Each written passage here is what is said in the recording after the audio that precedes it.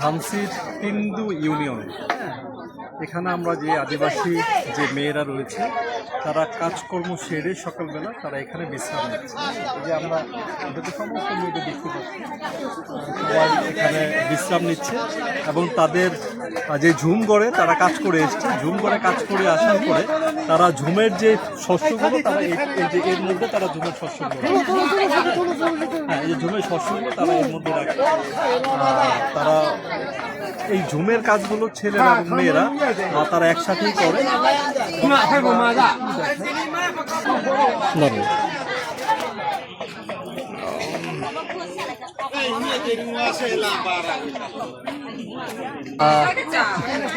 সিরাজুল অপু বলছি ধামসির হিন্দু ইউনিয়ন থেকে। ধন্যবাদ সবাই।